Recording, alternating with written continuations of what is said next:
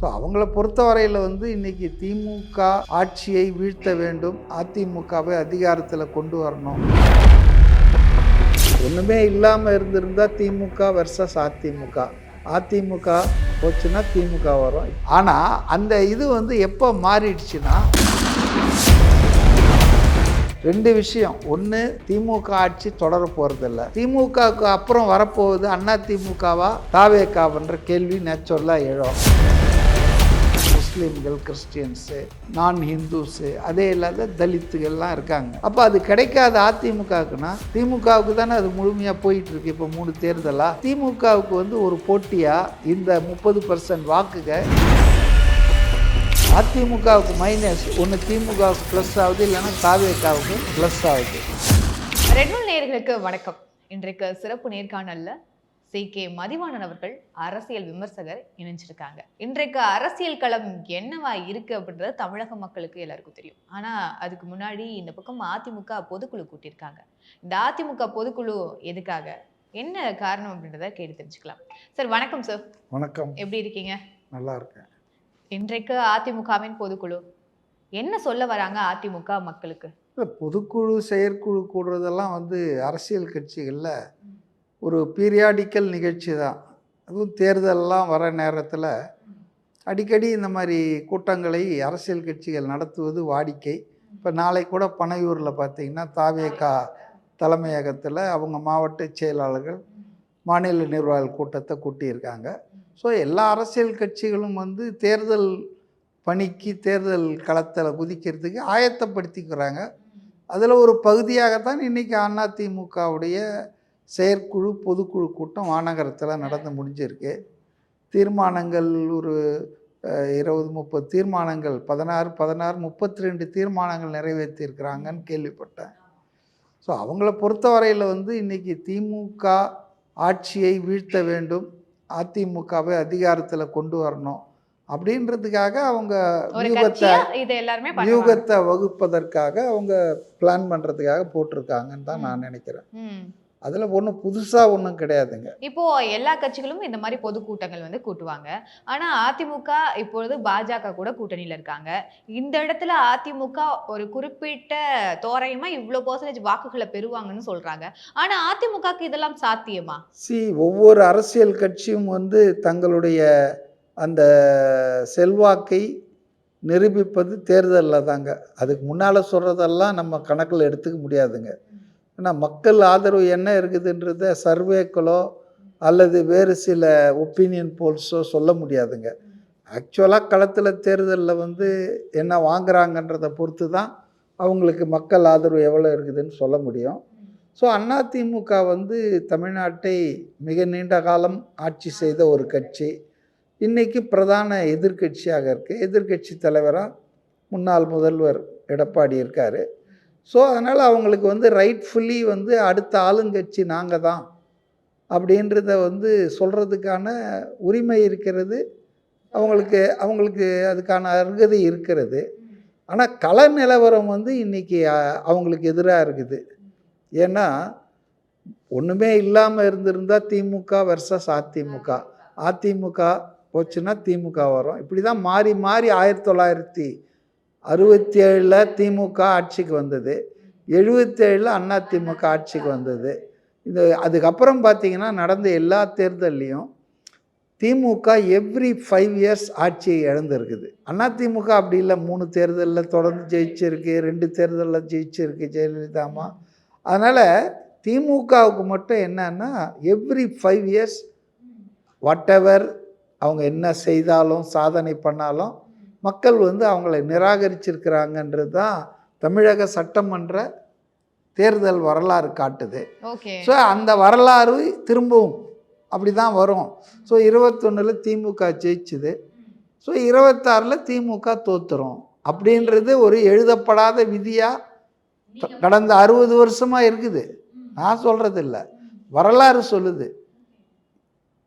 அதாவது 71 கருணாநிதி 69 அவர் முதல்வர் ஆகிறாரு. அண்ணா மறைவுக்கு பிறகு 71 சட்டமன்ற தேர்தலில் முதல்வராக அவர் அப்போ தான் ஜெயித்தார், ஒரே ஒரு முறை தான். அதுக்கப்புறம் எல்லா தேர்தல்களிலும் அவர் முதல்வராக இருந்தால் தோற்றுருவார். முதல்வராக இருந்தால் அடுத்து அவர் எலெக்ஷனில் அவர் முதல்வர் ஆக மாட்டார். இதுதான் திமுகவினுடைய வரலாறு, ஹிஸ்ட்ரி. நான் சொல்கிறது ஏன் ஆசை இல்லை, இட்ஸ் அ ஃபேக்ட். ஸோ அதனால் திமுக 71க்கு அப்புறம் இதுவரையில் தொடர்ந்து ஆட்சிக்கு வந்ததில்லை. அதாவது 2வது டேர்ம் ஆட்சிக்கு வந்ததில்லை. அதனால் 21ல் அவங்க ஜெயிச்சிருக்காங்க. அப்போ 26ல் அவங்க ஆட்சியை இழப்பது உறுதி. அதனால் அதிமுக வருவதும் உறுதி அப்படின்ற நிலைப்பாடு தான் 2.5 வருஷத்துக்கு முன்னால் வரைக்கும் இருந்தது தமிழ்நாட்டில்.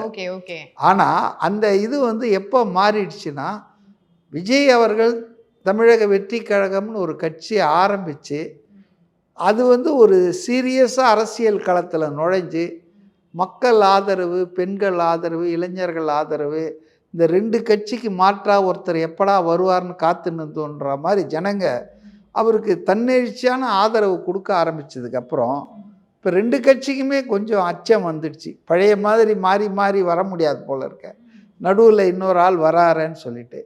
ஸோ இதுதான் இன்றைக்கி புதுமை தமிழ்நாட்டில். 2 விஷயம். ஒன்று, திமுக ஆட்சி தொடர போகிறதில்ல.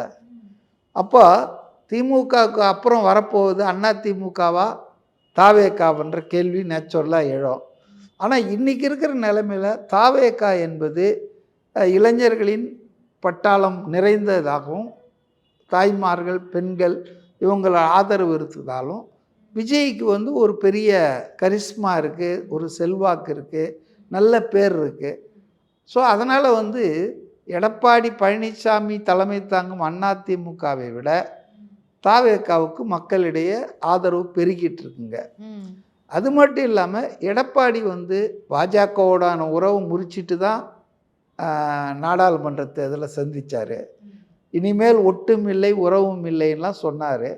முஸ்லீம்களுக்கெல்லாம் ப்ராமிஸ்லாம் சொன்னார். ஆனால் டக்குன்னு போயிட்டு அமித்ஷாவை சந்தித்து அந்த முடிவை மாற்றிட்டு பாஜகவோட கூட்டணி வச்சார்.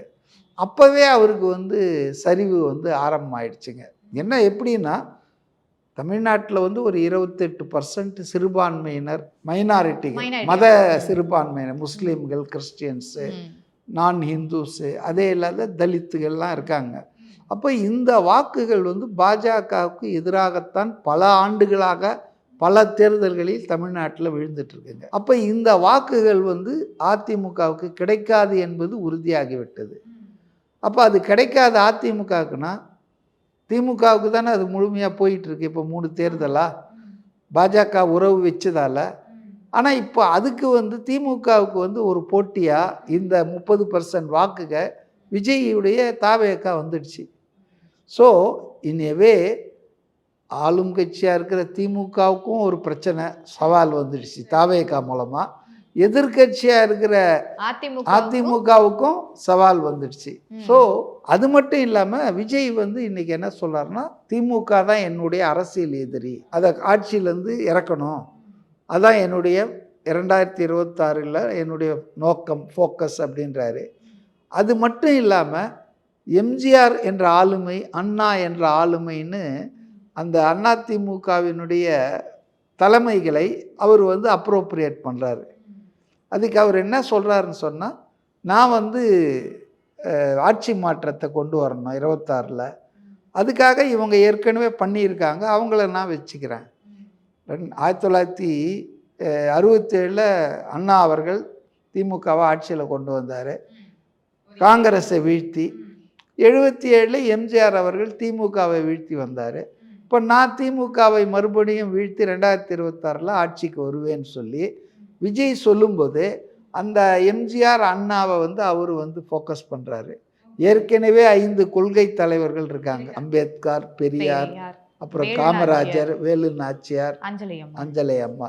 இப்போ இந்த 5 பேருமே 5 விதமான கருத்தோட்டங்களை பிரதிபலிக்கிறாங்க. அது இல்லாமல் எம்ஜிஆர் அண்ணாவை ஆட் பண்ணுறாரு மதுரை மாநாட்டுக்கு அப்புறம்.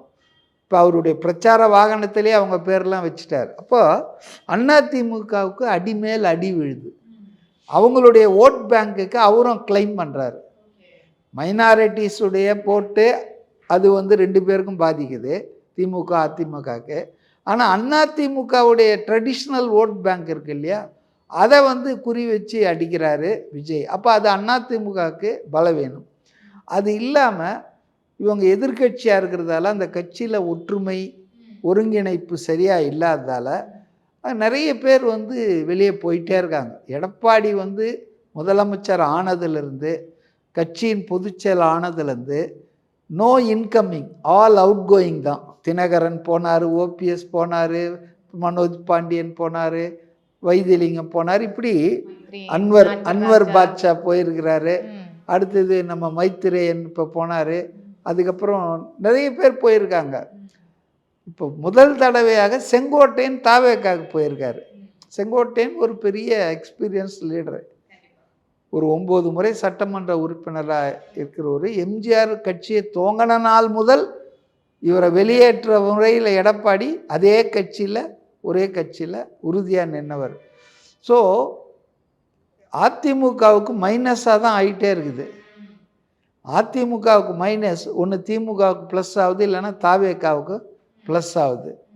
இப்போ அதனால் வந்துங்க அதிமுக வந்து இன்றைக்கி 2வது இடத்தை அடையுமா, அது வந்து தாவேக்கா கிட்ட அதை பறி கொடுத்துட்டு 3வது இடத்துக்கு போயிடுமா அப்படின்றது தான் இன்றைக்கி எல்லார் மத்தியிலும் இருக்கக்கூடிய ஒரு கணக்கு. அதனால் இந்த பொதுக்குழுவில் செயற்குழுவில் அவங்க வந்து தங்கள் கேடர்களுக்கு, ஏன்னா இப்போ செங்கோட்டையன் வேற ஈரோட்டில் 18 டிசம்பரு ஒரு கட்டத்தில் ஈரோடு மாவட்டமே அதிமுகவின் கோட்டையாக இருந்ததுங்க. அங்கே இருக்க இப்போ எப்படி போன சட்டமன்ற தேர்தலில் கோயம்புத்தூர் மாவட்டத்தில் இருக்கிற 10 தொகுதியையும் அதிமுக கூட்டணி ஜெயிச்சதோ, அதே மாதிரி ட்ரெடிஷ்னலாக ஈரோடு மாவட்டத்தில் இருக்கிற அனைத்து தொகுதிகளிலும் அதிமுகவை தான் ஜெயிக்கும். ஸோ அது வந்து ஒரு ஸ்ட்ராங் ஹோல்ட் ஆஃப் ஏடிஎம்கே. ஆனால் இதுக்கு முன்னாடி கடந்த வாரம் கூட இபிஎஸ் அவர்கள் கோபிச்செட்டிப்பாளையத்துக்கு போகிறாரு, மக்கள் சந்திப்பு நிகழ்த்துறாரு. ஆனால் அங்கேயும் முழுமையாக இல்லைன்னா கூட கூட்டம் கூட தானே செஞ்சிச்சு ஓபிஎஸ். கூட்டம் வந்துங்க எல்லா இடத்துலையும் கூட்டம் கூட்டலாம், ஆர்கனைஸ்ட் அண்ட் அரேஞ்சு கூட்டம். இதிலிருந்து வேறுபட்டு நிற்கிறது விஜய் மாத்திரம்தான் இன்றைக்கி அரசியலில் தமிழ்நாட்டில். அவருக்கு மட்டும்தான் மக்கள் தன்னெழுச்சியாக வராங்க, வராதிங்கன்னு சொன்னால் கூட வராங்க. ஸோ அந்த கூட்டம் என்பது வேற. இன்றைக்கி திமுக அதிமுகக்கெல்லாம் கூட்டம் வருதுன்னா அதுக்கு கூட்டத்தை கூட்டுறாங்க. இப்போ கோபிச்செட்டிப்பாளையத்தில் கூட்டம் நிறைய வந்ததுன்றீங்க, அந்த கூட்டம் வந்து கம்ப்ளீட்டாக அந்த கொங்கு பெல்ட்லேருந்து எல்லா இடத்துலேருந்தும் வண்டி வண்டியாக காசு செலவு பண்ணி கொண்டு வந்து கூட்டினதை நம்ம பார்த்தோம். வண்டிகளில் வந்து ஆட்களை அப்படியே கொண்டு வந்து கொட்டினாங்க. So it was not a organic crowd, அது தன்னிச்சையாக வர க்ரௌடு இல்லை. ஸோ அதனால் வந்துங்க ஈரோடு மாவட்டத்தில் 25,000 பேர் அந்த கூட்டத்துக்கு சேர்க்கறதுன்றது பெரிய விஷயம் இல்லை. முதல்ல கொடுத்த ஒரிஜினல் அப்ளிகேஷனில் 75,000 பேர் கேட்டார், அவர் வருவாங்கன்னு சொன்னார். முதல்ல அவங்க 75,000 பேருக்கு சொல்லி இப்போ வந்து அதுக்கு இடம் பிரச்சனையாக இருக்கிறதால தான் ஸ்கேல் டவுன் பண்ணி 25,000 ஆக்கி வேறு இடத்த அவங்க இது பண்ணி கொடுத்துருக்காங்க. அதனால் அது ஒன்றும் பெரிய கஷ்டம் இல்லைங்க. 25,000 75,000 கூட்டுறதுக்கு அவங்களால முடியும். 2 விஷயம், செங்கோட்டையன் ஈரோடு மாவட்டத்துக்கு பொறுப்பாக இருந்தவர், செயலாளராக இருந்தவர், பல பேரை அங்கே உருவாக்கினவர், அந்த மாவட்டத்தில் ரொம்ப பாப்புலரான லீடரு, அதிமுகவுடைய ஸ்ட்ராங் ஹோல்டு அது. அடுத்தது விஜய்க்கு வந்து இன்றைக்கி தமிழ்நாடு பூராவும் வந்து ஒரு பேஸ் இருக்குது இல்லைங்களா, ஒரு ஆதரவாளர்கள் கூட்டம். இப்போ செங்கோட்டையன் வந்து இதில் சேர்ந்துட்டு தாவேக்கால மறுநாள் வந்து கோயம்புத்தூர் போகிறாரு. வழக்கமாக போனால் ஒரு 4 பேர் இருப்பாங்க, அவரை வரவேற்று கூப்பிட்டு போவாங்க அதிமுகவில் இருந்த வரைக்கும். ஆனால் அன்றைக்கி பாருங்கள், ஆயிரக்கணக்கான பேர் ஏர்போர்ட்டில் அவரை வரவேற்க காத்துட்டு இருந்தாங்க தாவேக்காவினர். அது மட்டும் இல்லை, அந்த ஃப்ளைட்டு 5 மணி நேரம் லேட்டு, ஹைதராபாத்துக்கு போயிட்டு வந்தார். அவ்வளோ கூட்டம். அந்த டிலேக்கு அப்புறம் அவர் கோபிச்செட்டிப்பாளையம் வந்தார். அன்னைக்கு என்ன கூட்டம், அதான் தன்னெழுச்சியான கூட்டம்.